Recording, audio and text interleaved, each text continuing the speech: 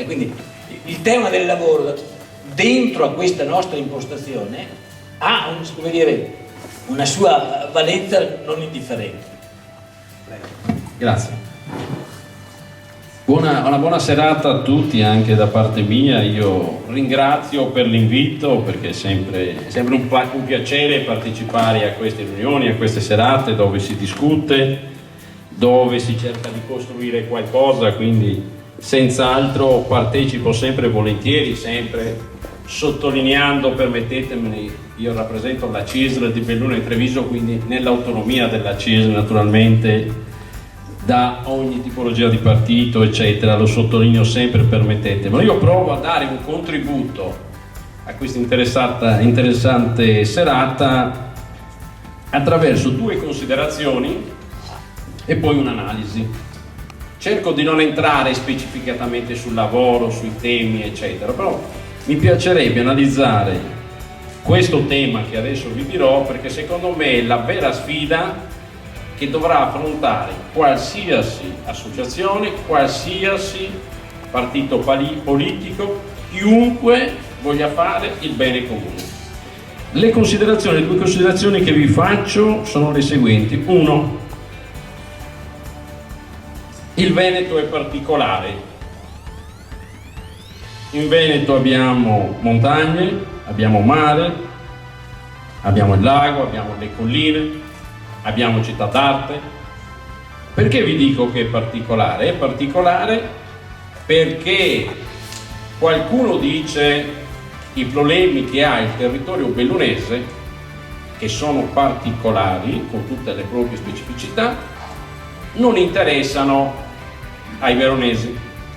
Io la cambio dicendo i veronesi non riescono a capire, non conoscono le particolarità del territorio bellunese e viceversa, e quindi questo va sempre tenuto assolutamente da conto ogni volta che si fa l'analisi del nostro territorio, se no rischiamo di dare delle risposte sbagliate a problemi diversi. Seconda considerazione, il ricco nord-est non c'è più.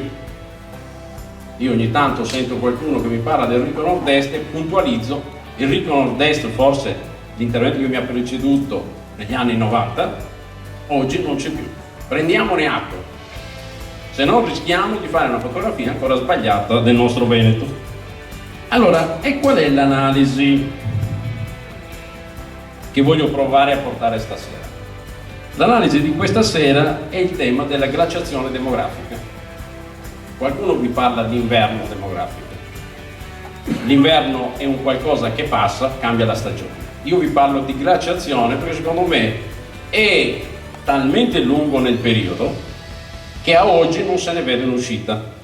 Vi do un dato per farvi capire questo concetto qua, che l'ho estrapolato poco fa da una ricerca che abbiamo presentato, e vi prendo la provincia di Treviso, però questi dati valgono per la provincia di Treviso, valgono per il Veneto, possiamo aggiungere che valgono per l'intera Europa, perché l'andamento è questo.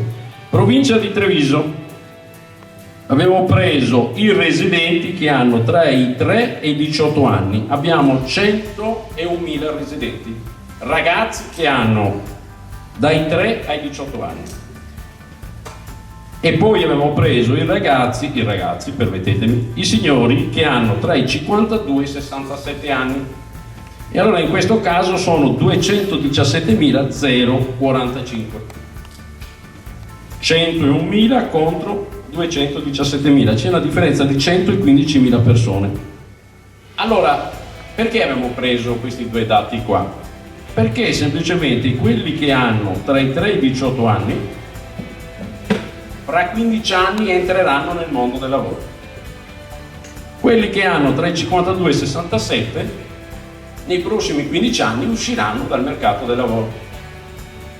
Cosa succede? Succede che abbiamo una differenza di 115.000 persone, che anche se applichiamo il tasso, la percentuale di assunzione, con il 75%, vuol dire che in provincia di Treviso nei prossimi 15 anni mancheranno 80.000 persone. 80.000 lavoratori. E quindi la prima roba che dobbiamo chiederci è come riusciamo a coprire questi posti di lavoro. E perché è importante chiederci come facciamo? Semplicemente perché noi abbiamo una popolazione che sta invecchiando e quando si invecchia, passatemi la battuta, non sempre si invecchia bene, a volte si invecchia male. C'è bisogno di cosa? Di più sanità. Più sanità, più assistenza vuol dire che cosa? Più risorse. Se però non ho le persone che lavorano, mi mancano le risorse. E quindi non avrò chi lavora, conseguentemente chi paga le tasse, conseguentemente chi paga i contributi per la pensione. Quindi chiunque vuole candidarsi a gestire il nostro Veneto deve trovare una soluzione a questa domanda, perché stiamo rischiando di mettere in discussione il welfare pubblico come lo conosciamo, la sanità, le pensioni e quant'altro. E allora si discute dei rimedi. I rimedi, l'avrete già sentito, di solito sono 3, non ce ne sono 100. Il primo è facciamo più figli. Non è una roba semplice.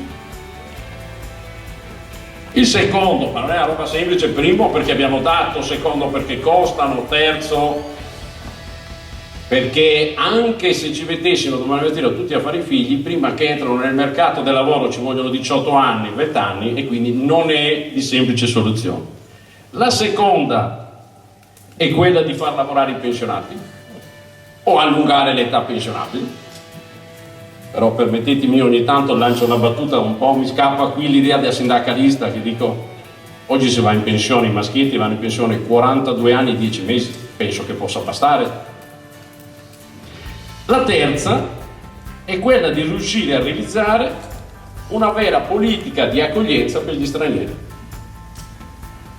Stranieri che si intendono degli altri paesi, stranieri, passatemi il termine, dell'Europa, stranieri, compresa anche stranieri di paesi emergenti, stranieri dove ci sono le guerre, eccetera, eccetera. Però con un'idea di vera politica di accoglienza, dove non è che li porto qua e poi dovrei avere l'idea che lavorano la mattina, il pomeriggio e poi spariscono. C'è un'accoglienza che vuol dire dai servizi, che vuol dire la lingua, che vuol dire la cultura, che vuol dire tutto ciò che è il nostro modo di vivere. Tenete presente che vi do un dato, anche nella provincia di Treviso gli stranieri stanno cominciando a diminuire negli ultimi anni. È finita quell'idea che gli stranieri continuano ad arrivare, eccetera, eccetera, eccetera. E allora la domanda che sorge spontanea, che dovremmo farci tutti e dovrà farsi principalmente chi vuole gestire, eccetera, dando una risposta a tutto questo è: ma perché se abbiamo tanto lavoro da offrire non troviamo i lavoratori? Tenete presente che potrei annoiarvi stasera dicendovi quali sono i posti di lavoro in cui non si trova un lavoratore. Vi scioccherei dicendovi che molti sono posti statali. E noi abbiamo l'INPS di Belluno, adesso mi viene in testa questo, che non trova lavoratori, non trova i funzionari, il Tribunale di Belluno, eccetera, alcune scuole. Quindi non è solo quel lavoro di basso valore o quant'altro. Perché non vogliono venire? Perché non siamo più il ricco nord-est? Semplicemente perché non siamo più attrattivi, non riusciamo più a offrire una prospettiva di vita che invogli queste persone a giocare il proprio futuro nel nostro territorio. Perché questo? Perché non siamo capaci di offrire quei servizi che prima offrivamo. Cioè non riusciamo più a offrire una casa, o perlomeno se la si trova in affitto talmente alto che allora non vale la pena confronto allo stipendio. Non riesco a offrire i servizi per la famiglia, specialmente chi ha bambini piccoli. Non riesco a offrire servizi legati alle infrastrutture, sia reali che digitali. Non sono pronto come Veneto a tutto il tema dell'intelligenza artificiale, dei trasporti e quant'altro. Quindi questa è la vera sfida che secondo me dobbiamo riuscire a risolvere. Se riusciamo a risolvere questo dilemma, e cioè facendo in modo che la popolazione ricominci a aumentare, che ci sia più forza al lavoro, che si sposti il peso tra coloro che sono in pensione e quant'altro e i lavoratori, in modo che ci sia più gente che lavora, più contributi, più tasse e quant'altro, se no rischiamo concretamente di non riuscire a risolverlo. Chiudo dicendovi semplicemente che cosa? Ci serve fare questo perché dobbiamo essere in grado di rilanciare tutta la produttività del nostro Veneto. Solo esclusivamente attraverso un rilancio della produttività del Veneto riusciamo a far fronte a tutto questo. La CISL, sapete, ha proposto una legge che adesso è stata approvata, tutta la legge sulla partecipazione, proprio perché riteniamo che attraverso una reale partecipazione dei lavoratori alla vita dell'azienda, facendo squadra realmente, ecco, la metto così, si può riuscire a rilanciare quel tema della produttività. Se riusciamo a fare questo, secondo me riusciamo a uscirne e risolvere il dilemma, altrimenti rischiamo che vedremo semplicemente il numero dei residenti delle nostre province che continua a diminuire e poi assisteremo, come purtroppo sta già succedendo in alcune aree del Bellunese, quello che viene definito lo spopolamento. Cominciano a chiudere le banche, poi l'ufficio postale, poi alcuni servizi, poi i negozi e i paesetti sono sempre più piccoli. Ecco, noi non possiamo permetterci questo. Quindi un in bocca al lupo a tutta l'associazione e buon lavoro. Grazie.